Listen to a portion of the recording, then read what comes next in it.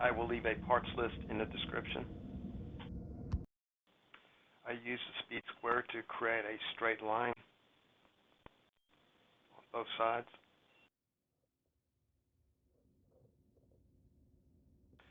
I drilled multiple holes, then raked the drill bit across to create the slot.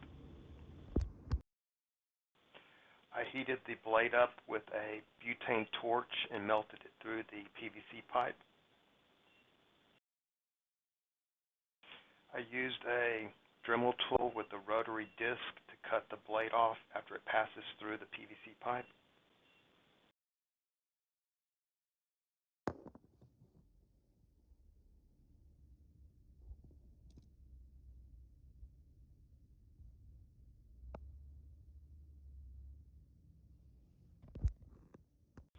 I used a 3/4 inch PVC pipe coupling to lock the blade inside.